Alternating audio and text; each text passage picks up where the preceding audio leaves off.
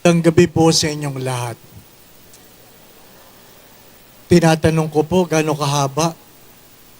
30 minutes lang. Ay, maiksi lang. No? Gusto ko yan. Kaya lang may question and answer. Ay, wala na magtatanong dyan mamaya. Ano po? Let us begin our recollection in the name of the Father, the Son, and the Holy Spirit. God, our loving Father, grant us the grace to see what we ought to see, to hear what we ought to hear, that we might do what we ought to do. In Jesus' name we pray. Hail Mary, full of grace, the Lord is with you. Blessed are you among women, and blessed is the fruit of thy womb, Jesus.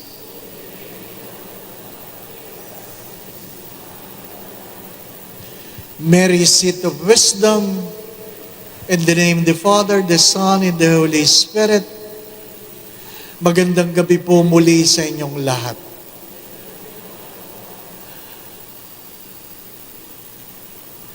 A little picture about Christmas. And I have said already that Advent is much bigger than Christmas. Pasko muna. Sabi ko nga, pag bata ka, ang laman lang ng isip mo, makatanggap ng pamasko.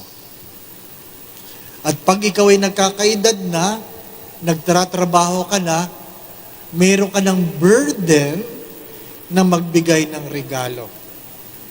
Meron ng Kris Kringle. Meron ng namamasko. At pag ikaw ay higit na tumanda,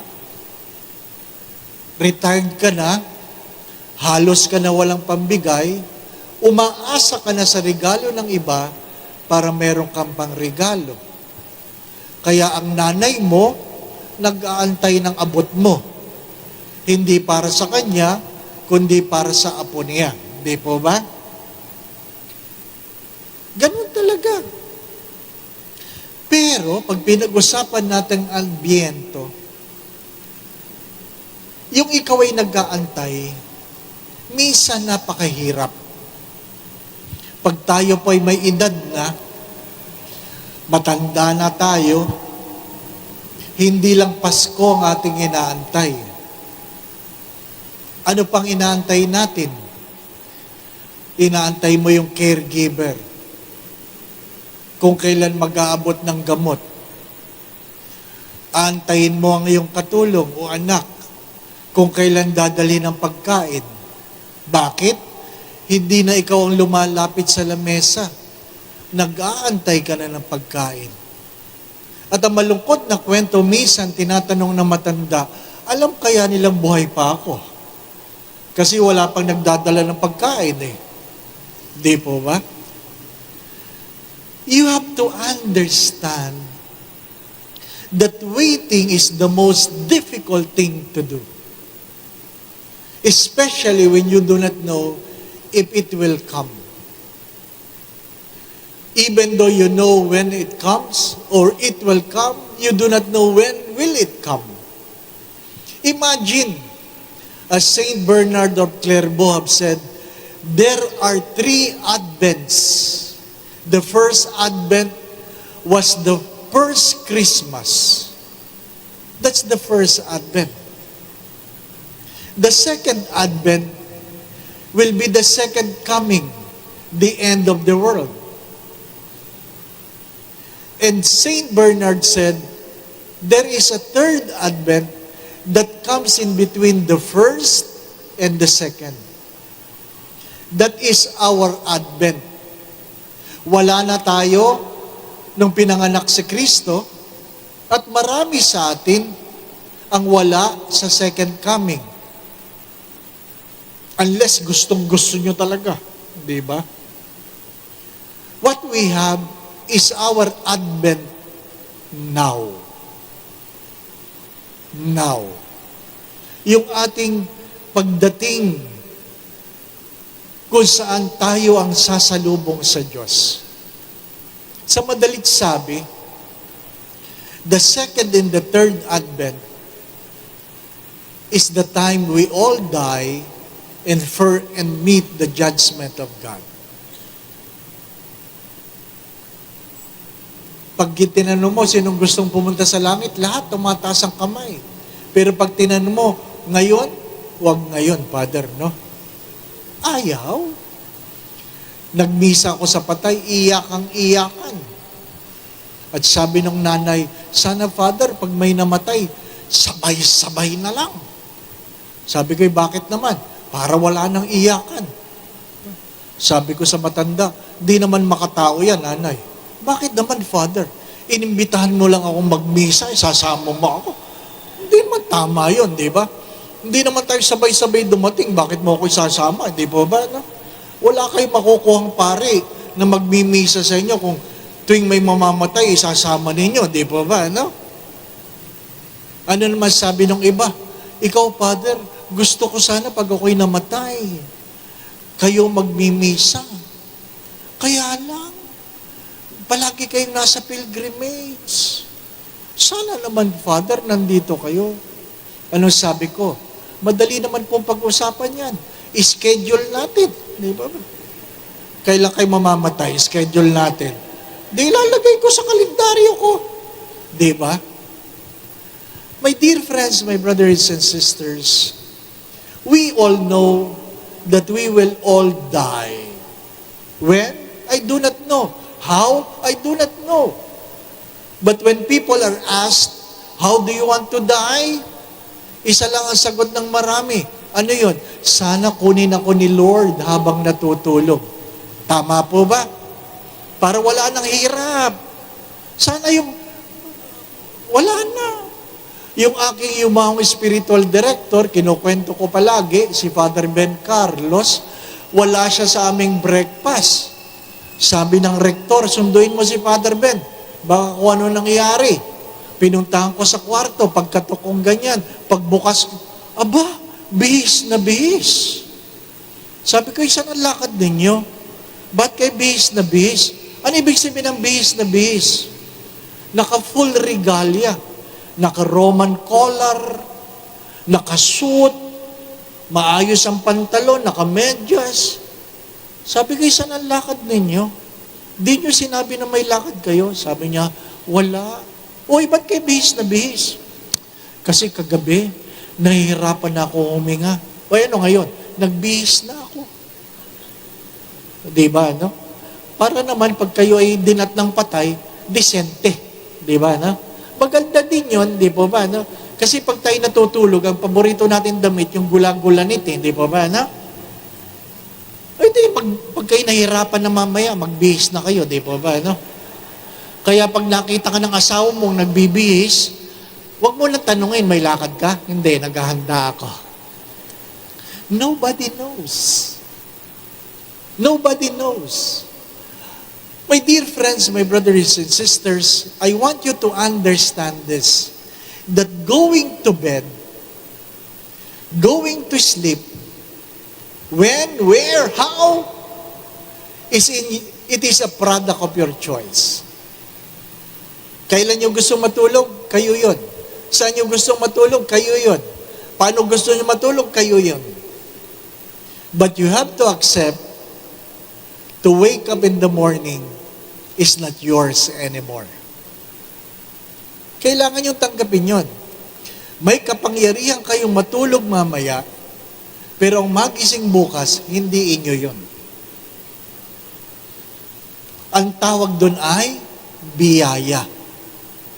Huwag mo sabing nagising ka dahil sa alarm clock. Lagyan mo ng patay ang alarm clock. Tignan natin kung babangon. Hindi. Pag patay na, patay na. And you do not know when it will come, how it will come. You have to accept. There were people last night who planned for this day. Anong gagawin nila sa araw na ito? Pero hindi na sila nagising. At may mga tao na kaninang umaga nagplano sa gabing ito, pero hindi na umabot. Yan ang katotohanan ng buhay. Many of you have heard that I had an angioplasty. I had a stroke. September 17 to be exact, last year. I planned for my day. In the morning, I have a 7 o'clock mass. At 3 o'clock, I had a wedding. In the evening, I'm supposed to have a dinner in Mega Mall. Driving in the narrow road of Pandacan, at 5:15, I had a stroke. 5:15. Completely paralyzed. It simply came. Habang nagdadrive, sabi ko lang sa kasama ko, sandali lang, naduduling ako. Tinabi ko, I close my eyes. Sabi niya, may vertigo ka? Hindi ito vertigo. Kasi ang vertigo, umiikot ang daigdig. Hindi ko lang makita ang gusto kong tingnan. Naduduling ako. Sabi niya, sige, pahinga mo lang ang mata mo. Pinahinga ko sandali. Pagmulat ko, wala pa rin. At natakot siya na sinabi kong, wala nang pakiramdam ang aking kamay. Alam niya, stroke yun. Stroke yun. Sabi niya, ngumiti ka nga, ngiti ako. Bakit? Kung tabingi ang mukha, siguradong stroke. Di po ba? Pero, after few minutes, sabi ko, wala nang pakiramdam ang aking paa. Ganong kabilis. At least nakakapagsalita pa ako. Tawagan mo ang doktor ko, tawagan mo si ganon para ipag-drive tayo, tawagan mo ang kapatid ko, pakisuyuan mo ang gwardiya ng Mercury ng Pandacan na ilipat ako sa likod para makapunta tayo sa hospital. Sabi ng gwardiya, Father, hawak. Ano sabi ko sa gwardiya? Di ko po may galaw ang kamay ko. Father, hakbang na lang. Hindi ko po may galaw ang paa ko. Ganon kabilis. Nagplano ka sa maghapon, hindi mo alam kung aabutin ka ng gabi. You do not know. My dear friends, my brothers and sisters, 3 weeks before the stroke, I had my blood test. Ang ganda ng blood test ko.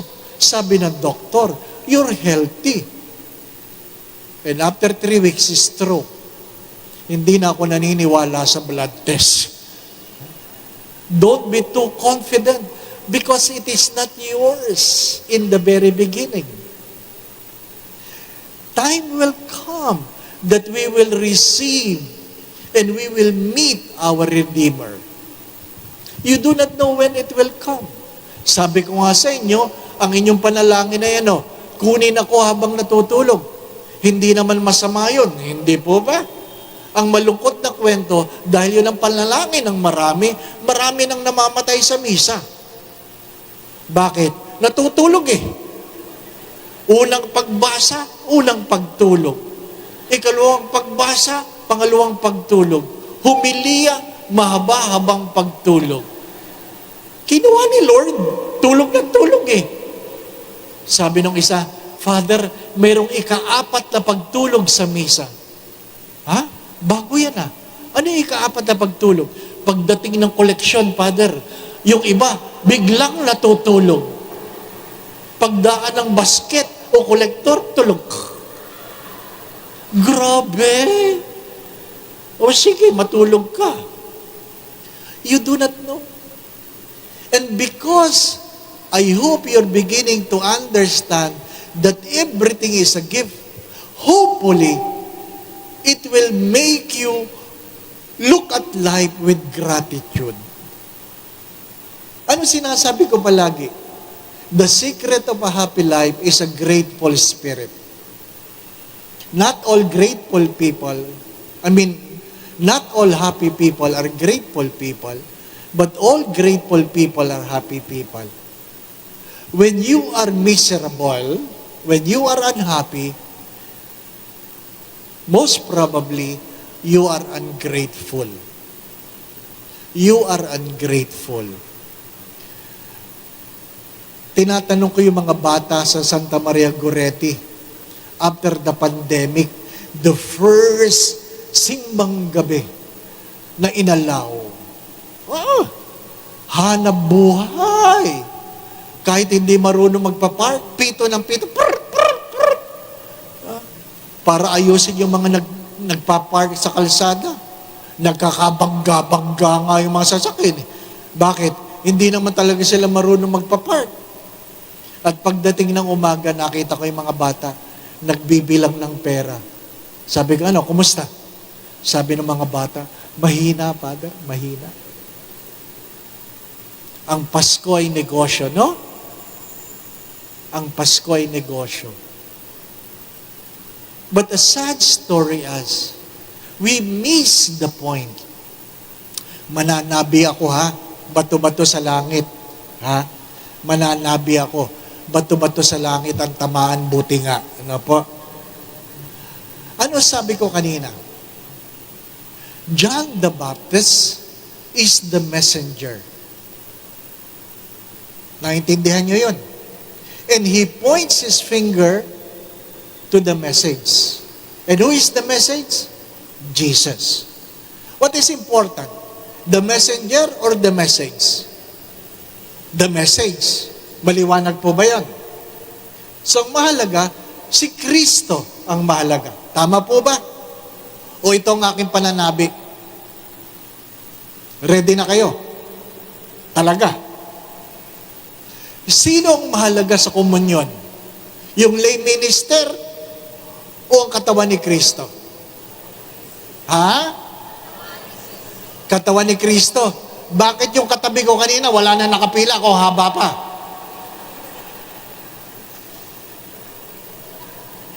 O ano? Magsabi kayo, sinong mahalaga? Ang katawan ni Kristo o nag-aabot?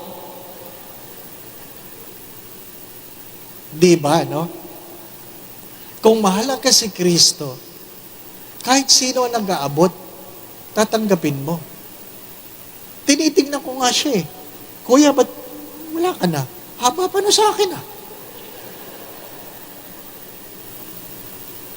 Hindi maliwanag. Naintindihan mo ba? Pag hindi mo ginagawa, hindi mo naintindihan. Kaya mahirap yung recollection tayo na recollection. Wala namang pagbabago ang buhay. Di po ba, ano? Huwag nang imbitahin yan. Huwag nang imbitahin.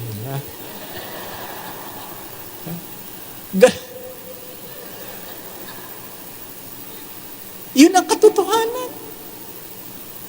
Di ba? Ang problema sa simbahan ay ano? Maraming commentator. Anong maraming commentator? Komento ng komento. Pero pag tinanong mo, pwede po ba kayo? Ay, wag na ako. Baka pwede kayo? Wag na ako. Oh. Ano sabi ni Pope Francis? You can never criticize anyone if you do not have the courage to help. Anong sabi ng mga psychologists? If you cannot row the boat, never rock the boat. Yung iba, rock lang. Di ba? Kaya hindi nakakarating. Kasi walang gustong sumagwan. Di po ba? No? Doon sa unang parokya, na na-assign ako, napakahirap. At dahil mahirap, walang gustong paring ma-assign doon. Tinatanong ko si Bishop Sok, bakit naman ako nilagay mo? Ay kasi walang gustong tumanggap. Ay bakit ako? Kunin mo na para walang na ibang maghirap. Oh, kailangan ako. Sabi, ay tanggapin mo na kasi magkaibigan tayo. Ang hirap mong maging kaibigan. Hindi pa ako lumilipat, tinawagan na nila ako. Kayo po si Father Dave? Opo. Gusto lang po namin sabihin sa inyo, ayaw po namin sa inyo. Oh, grabe. Hindi nila alam. Pinagdadasal ko yun, seminarista pa lang ako. Sana Lord, huwag ako ma-assign dyan. No. Gusto ko sabihin, the feeling is mutual. Wala. Ang sagot ko lang, ha? Nung pumunta ako doon, sabi ng kura paro ko, Dave, Alam mo, yung pupuntahan ko, mahirap din. Pwede ko ba dalhin yung mga inipon ko? Ano sagot mo? Opo, sige po, dalhin po ninyo. Hindi ko alam. Lahat pala inipon niya. Pagdating mo, wala kang kama. Butas ang dingding, dinala niyang aircon. Wala kang kakainan kasi dinala ang kaldero. Ang pinakamalungkot, pati toilet seat, dinala niya. Ganon kahirap yun. At dahil ayaw ka ng mga tao, yung unang misa ko, nakatingin lang silang lahat sa akin. Kulang na lang ako sumagot doon sa mga sinasabi ko eh. Sumainyo ang Panginoon. Halos walang sumasagot. Sumaakin din. Ganun ang buhay eh. Sometimes the messenger are not welcome. That's the sad story. The messenger are not welcome. Kaya nga mahirap maglingkod sa simbahan. Hindi po ba? Ano? Pinuri ba lahat? Ano nangyari sa mga propeta? Inamin ng Diyos. Nagpadala ako, binugbog ninyo eh. Yung iba, pinatay ninyo eh. Because messengers are not always welcome. Ilan na nagsimba sa unang misa ko? 25. Magkano ang koleksyon? 1850. Binilang ko yun, binilang ko. 3 beses kong binilang. Nakasalampak ako sa sahig. 1850 talaga. Isipin mo, mayroon pang hindi nagbigay. Di ba? Kahit man lamang sana, tigpipiso, di po ba? Ano? Naiyak ko. Naawa ko sa sarili ko. Bakit? Nagtapos ako ng mechanical engineering. Sumasahod ako ng maayos bago ako pumasok sa pagkapare. Talagang tinanong ko si Lord, Lord, bakit naman 1850 lang? At inamin ko, sinabi ko yun sa Diyos. Anong una kong panalangin sa parokyang yun? Lord, please, don't make me too poor that I may curse you. Don't make me too poor that I may curse you. But don't make me too rich that I may forget you. Because we know when and where we can stand. Alam natin yun. Pero mahalagay ano? Sa gitna ng kahinaan, ang Diyos ay dumating, ang Diyos ay dumadating, ang Diyos ay patuloy na darating. Bakit? Sapagkat sa gitna ng Adbyento, nangiibabaw ang habag ng Diyos. What is prominent in every Advent is the mercy of God. Ano yung mercy? Ano yung habag? Mercy is being spared from the punishment we deserve. Mercy is being spared from the punishment we deserve. Karapat dapat tayong parusahan, pero hindi tayo pinarusahan. Marami ng beses na pwedeng gunawin ng Diyos, panibagong Sodom at Gomorrah, panibagong, sabi nga ay pagbaha, pero hindi ginawa ng Diyos. Mayroong pandemic, pero may natira. Di po ba? Naitanong po ba ninyo ito? I hope you humbly ask the question. Because during the pandemic, first, patients are numbered. Later on, patients have names. Later on, those names are names familiar to you. Later on, those names familiar to you are your relative already. At kapag kamag-anak mo nang namamatay sa COVID, kinakabahan ka na. Di ba? Hindi na malayo sa iyo yun. At yun ang malungkot na kwento.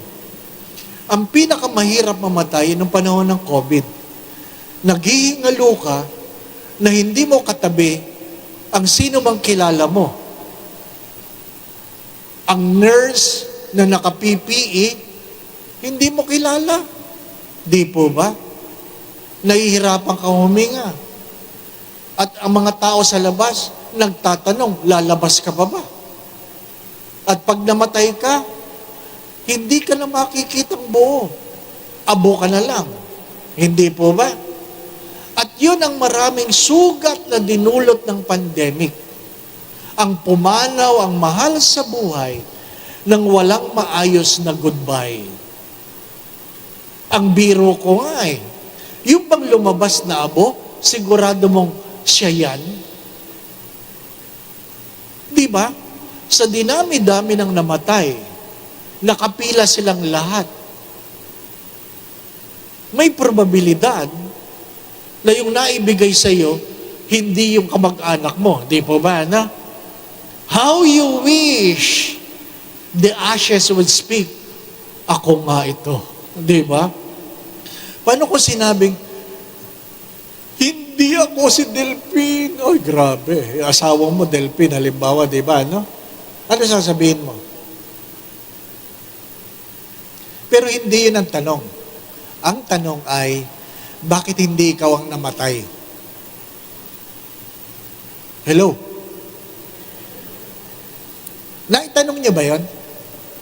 Sa dinami-dami ng namatay ng COVID, buhay ka? Di ba? Bakit? Banal ka? Mas mabait ka? Mas palasimba ka? Madasaling ka? Bakit ka? Naitanong niyo po ba yon? Or you are too proud to think? You are too proud to think it is because you merit it. Excuse me. Baka sa'yo mamaya yun, you fool, I will take your life tonight. Magbihis ka. Nung na-stroke ako, 5:15, dinala ako sa isang hospital na hindi ako masikaso. Nagpalipat ako sa Cardinal Santos. Dumating ako sa Cardinal Santos, 10:30. Sinadya ng Diyos yun. Na ano? Na talagang wala akong masasabi na mayroon akong ginawa, kaya ako nabuhay. Why? Kung kayo ay may kakilalang doktor at kayo ang doktor, ano sabi? Pag ikaw ay na-stroke, meron ka lang 3-hour golden window. 3-hour golden window. You have to be attended within 3 hours or else either you will die or vegetable. 5:15, 6:15, 7:15, 8:15, 9:15, 10:30. 5 hours. Kaya nang dumating ako sa Cardinal Santos, the first thing the doctor have said, after I was brought from an ambulance, sabi ng doktor sa kaibigan kong doktor, tinatawagan niya, Father Dave might not make it. Can you imagine? The first impression from a doctor in an IC, in an emergency room, he will not make it. Dinig ko yun. Kaya ano sinabi niya yun? Tinatanong ko sa sarili ko, ano kaya itsura ng might not make it, no? Hindi mo alam. Ramdam ko lang yung mga tusok-tusok. Ramdam ko lang nung dinala ako sa MRI. Ramdam ko lang na palipat-lipat ako ng bed. Pero hindi mo mabuksan ang iyong mata. At dumating ang aking cardiologist. Sabi niya, nakakarinig pa? Sabi ko, opo, nadidinig ko pa, Dok. Sabi, nagsasalita pa. Para alam niya. Diba? Kaya lang, wala ka nang maggalaw. Hinihipo yung daliri. Ramdam mo, Father, wala po. Sinusundot yung mga daliri mo sa paa, wala po. Wala na. Wala na.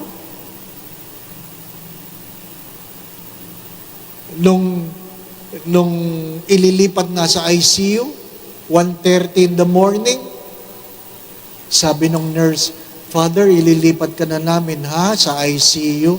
Opo. Pero Father, magdadiaper tayo. May magagawa ba ako? Nung tinatanggal na yung belt, hinuhubad na yung pantalon, ang laman lang ng isip ko, ay Lord, makikita nila ang matagal nang tinago. Diba, no?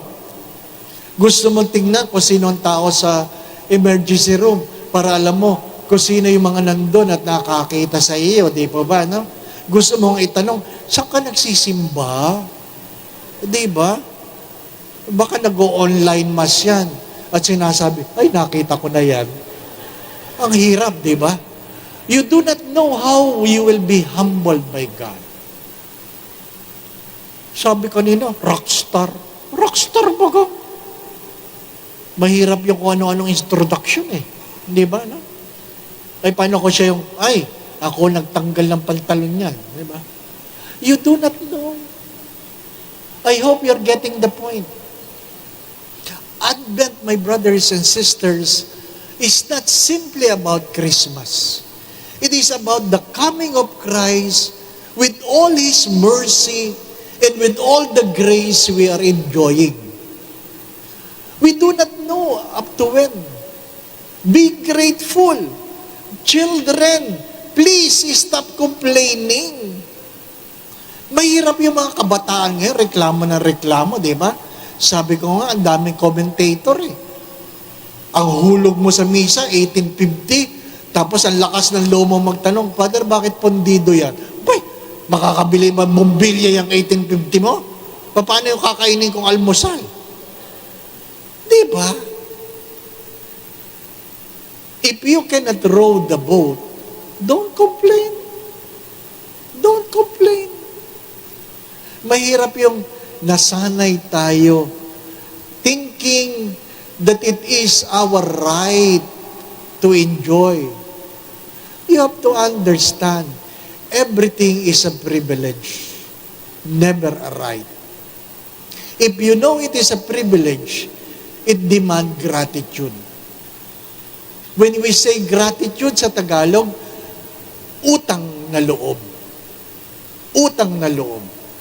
Ang utang na loob ay hindi nababayaran. Ang utang na loob ay tinatanaw. Naintindihan po ba ninyo? Ang utang na loob ay hindi nababayaran. Ang utang na loob ay tinatanaw. Malungkot tayo. Bakit? Hindi tayo marunong tumanaw ng utang na loob.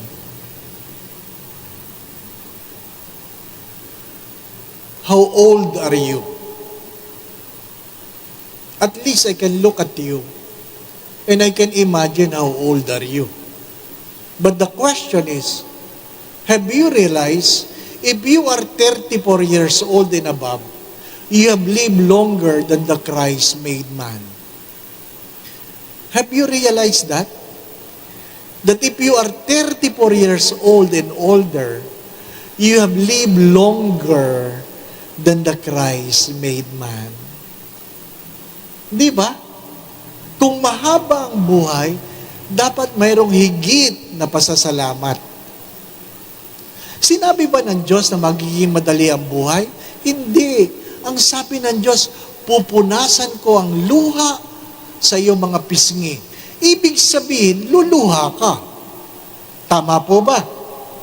Pag sinabi ng Diyos, bubusugin kita sa iyong pagkagutom, ibig sabihin, magugutom ka. Papawiin ko ang iyong pagkauhaw. Ibig sabihin, nauhaw ka. Bibigyan kita ng kalakasan kapag ikaw ay napapagal. Di po ba? My dear friends, my brothers and sisters, Jesus never promised an easy life.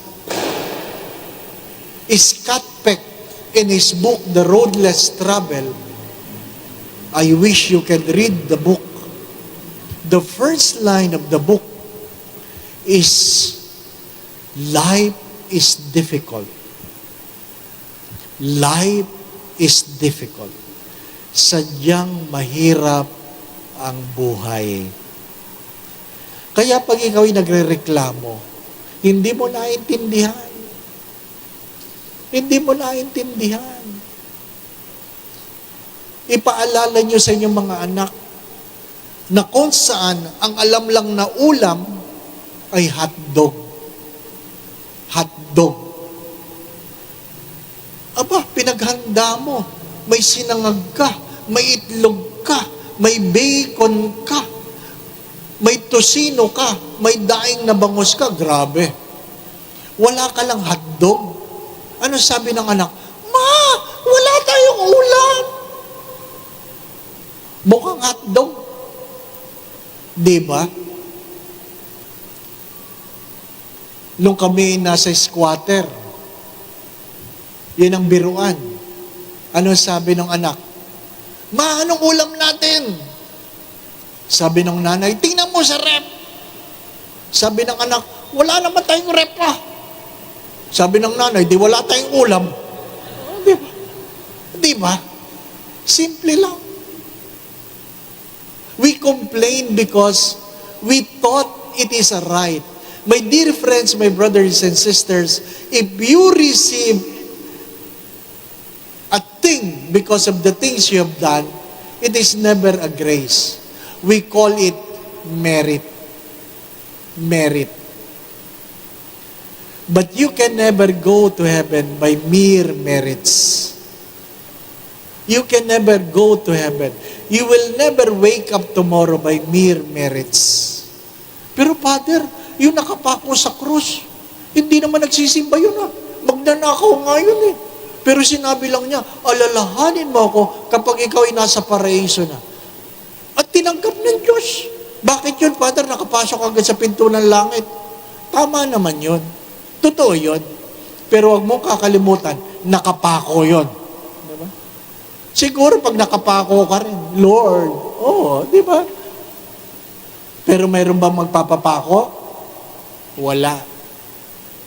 Wala. Sabi nga nung kapatid na umiiyak dahil alam nilang mamamatay na. Sabi ng ibang mga kapatid, bakit ikaw ang kukunin ni Lord? Ikaw pa man din ang pinakmadasalin. Ikaw pa man din ang pinakamabait. Ikaw pa man din ang pinaka-generous. Ikaw pa man din ang pinakamabuti. Kuya, bakit ikaw ang kukunin ni Lord? Ano sabi niya? Sandali lang, ipagdadasal ko. Baka pwedeng humirit. Labas kayo. After 1 hour, tinawag niya kanyang mga kapatid, pasok, pasok. Nagsalita na ang Diyos. Ano sabi ng Diyos? Kuya, sabi ng Diyos, hindi na daw niya kukunin sa isang kondisyon. Sabi ng mga kapatid, ano po ang kondisyon, Kuya? Kung merong papalit sa akin. Tahimik. At unti-unti silang lumabas. Nag-alisan. Sabi niya, ba't kayo nag-alisan? Sabi niya, ikaw na lang, Kuya. Di ba? Everybody wants to go to heaven, but fail to appreciate the messages. Why? Namimili tayo ng mensahero. Huwag niyong kakalimutan yon. Kapag pumipila mga tao sa komunyon, alalahanin niyo ang aking sinabi sa gabing ito. At kung ikaw yun, nawa, kunin ka na ni Lord. Diba? How we wish we can be taken by God in the way we wish it to be. Si Father Suarez, namatay habang nagte-tennis. Di ba? Si Father Venus, nagpipilgrimage. Pagdating sa Wailing Wall, umupo lang. Pagtingin nila, patay na. Si Bishop Enrique Macaraig, nagbabasketball. Patay. Huwag niyo sasabing masama silang tao, mabubuti silang tao. Di ba? Hindi mo alam. Hindi Hindi mo alam kung paano ka kukunin. Sabi ni Father Jim Perry, ang dati kong professor, sabi niya, I pray that God will take me with my boots on. Ano ibig sabihin yun?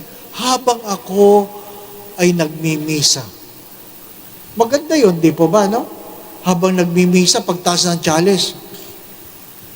Ay, patong. Sabi, di ba? Ay, patay! Di ba? Ganda, no? Ganda! Di ba? Gusto nyo rin ng ganon. Ha? Yung bang ikaw ay habang nangungumunyon, the body of Christ. Amen. Patay. Patay, no? Di ba? Maganda rin yun, no? Maganda rin yun. Baka bukas, ha? Bukas. Titingnan nyo kung sino nag-aabot. Siya kaya, di ba, no? Nobody knows. If we fail to recognize the grace, you will miss Advent.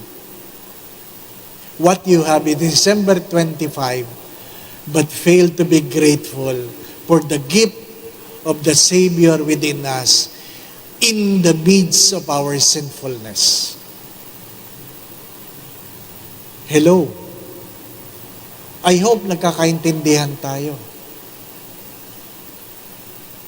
Magkaiba ang message sa messenger.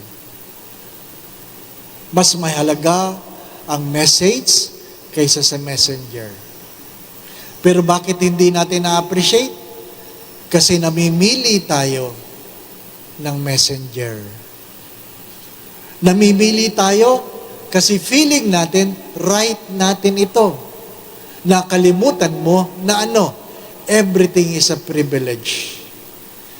To sleep tonight, it is your choice. But to wake up tomorrow, it is not yours.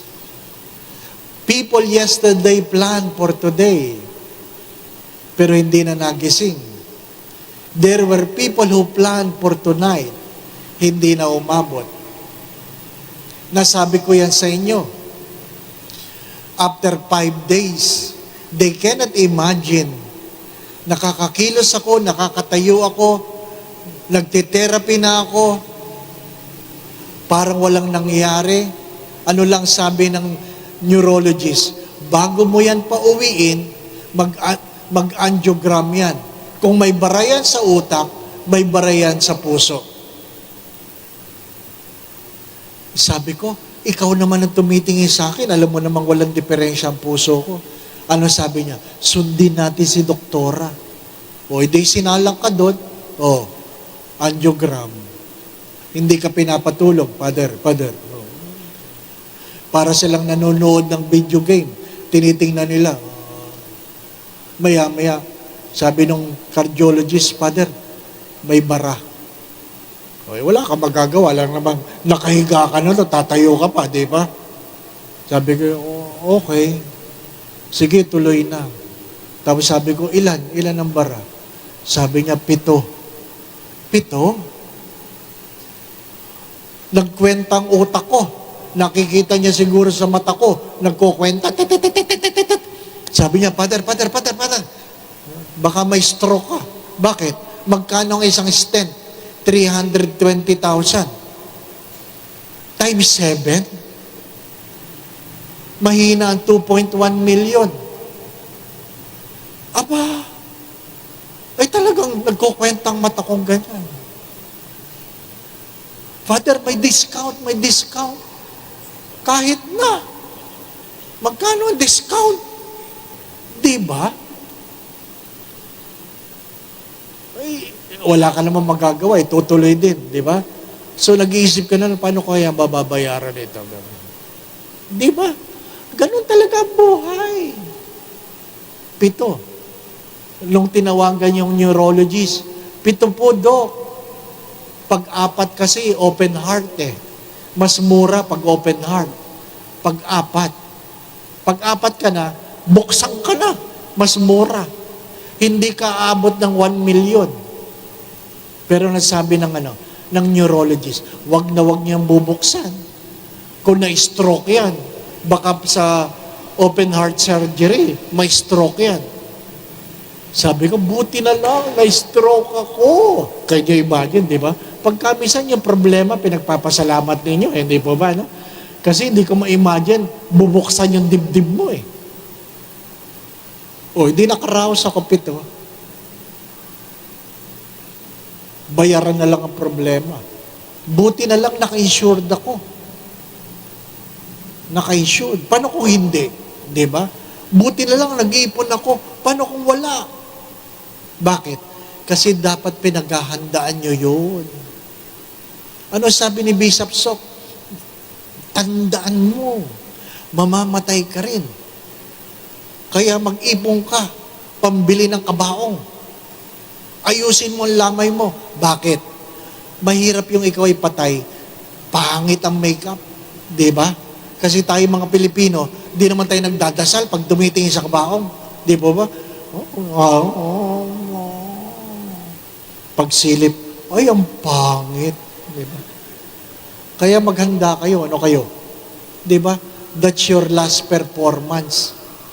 Marami sa atin hindi tanggap pag sila'y namatay, na matanda.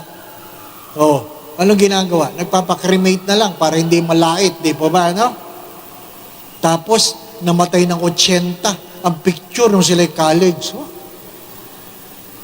Hindi mo alam kung yan ang namatay kasi hindi mo makilala. Hindi ba ba, ano? Grabe. It will come. Your advent will come. When? I do not know. How it will come? I do not know. What I'm trying to say, you have to prepare yourself. Prepare yourself. How we wish makakapagbihis tayo kung alam natin tayo mamamatay na. Hindi po ba, no? How we wish. Sabi ng mga pare, pagkatapos ko may stroke, sabi niya, feel mo ba mamamatay ka na? Sabi ko, parang hindi naman. Wala naman ako nakitang kaluluwa ng aking mga kamag-anak na sinusundo ako. Kasi yun daw ang pakiramdam eh. Meron daw mga kaluluwang susundo eh. Wala naman. Ang kasunod na tanong,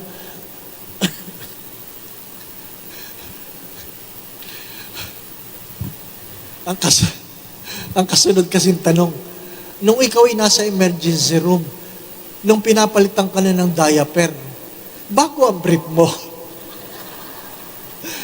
Grabe ang concern, di ba? No? Grabe ang concern. Hindi mo alam. Hindi mo alam. How we wish we know. But it will come. Advent, my dear friends, my brothers and sisters, is not only about the coming of Christ in the first Christmas that happens 2,000 years ago. Before it came, there were 14 generations from Abraham to David, another 14 generations from David to the Babylonian exile, and another 14 generations from the Babylonian exile to the birth of Christ. Ang tagal nun. Ang tagal nun. Darating pa ba? Hindi ko alam. Ang sabi lang ng mga propeta, darating. When is the second coming? We do not know. Nobody knows. Even the angels do not know. But it will come. But do not forget, between the two advents is our advent.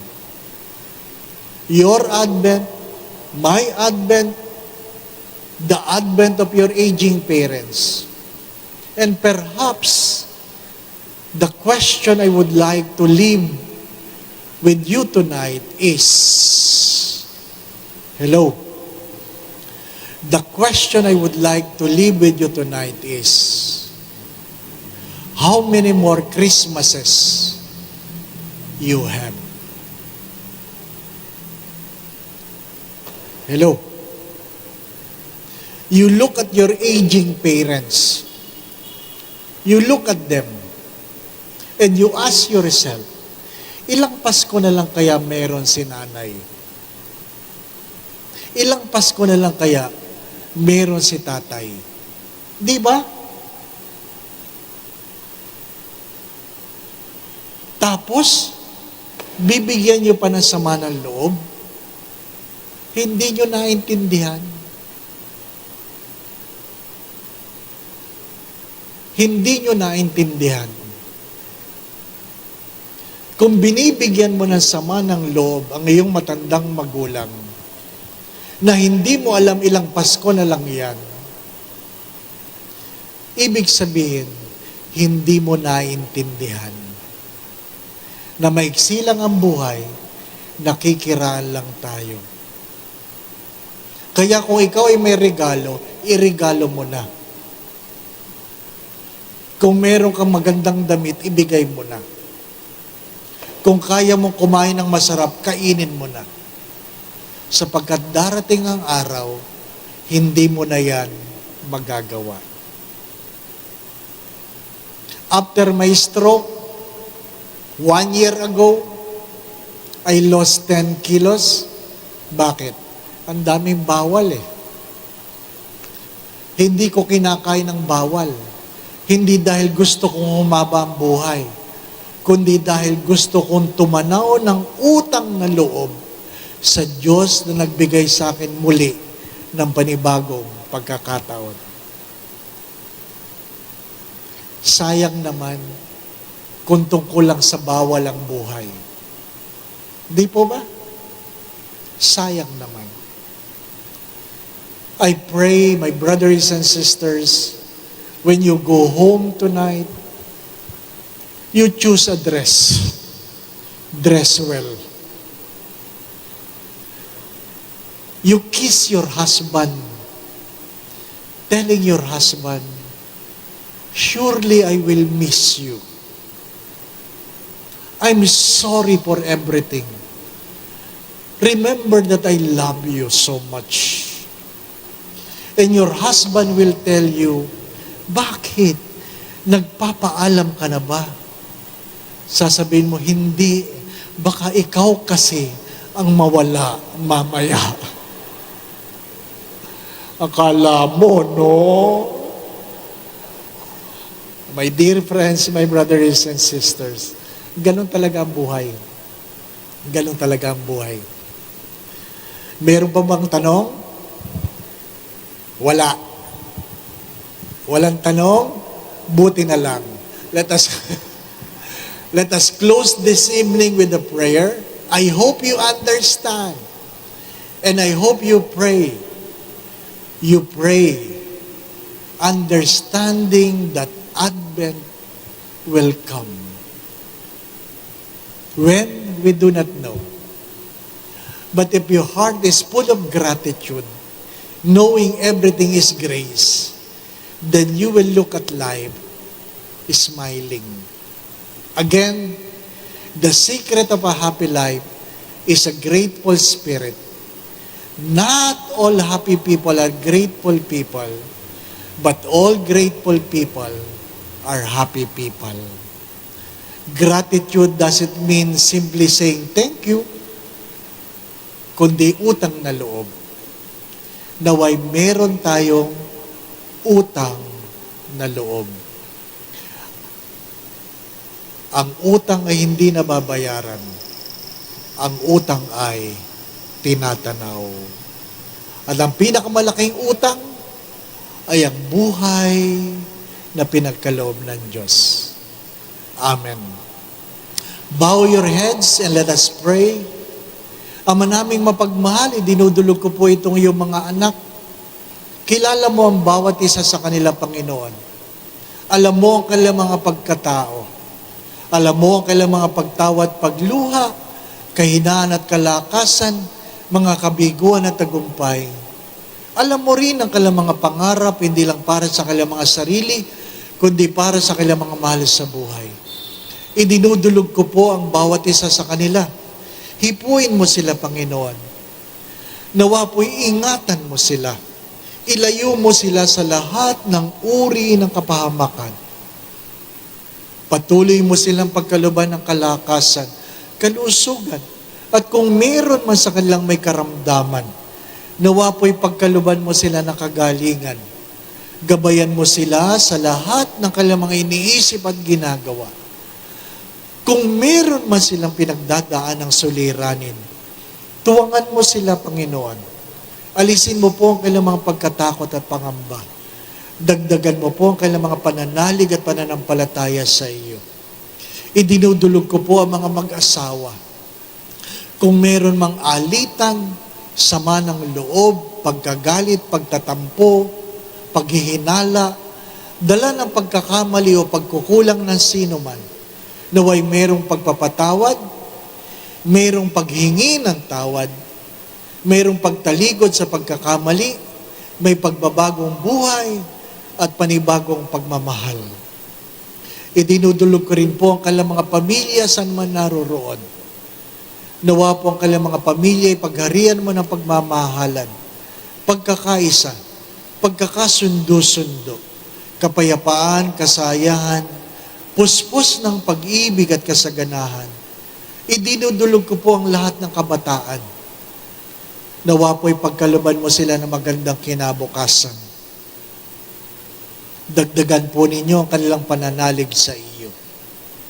At kung ano man ang kanilang mga panalangin, kayo na po ang magkaloob. Kung ano man ang makabubuti, makababanal, makasasaya, makauunlad, makasasagana ng kanilang mga buhay, kayo na po ang magbigay.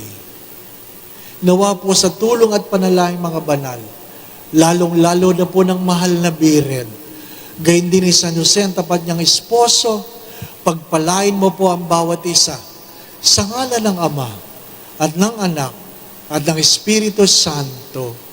Amen. Magandang gabi po sa inyong lahat. Thank you very much, Father Dave, for such an enlightening and transforming recollection. Grabe.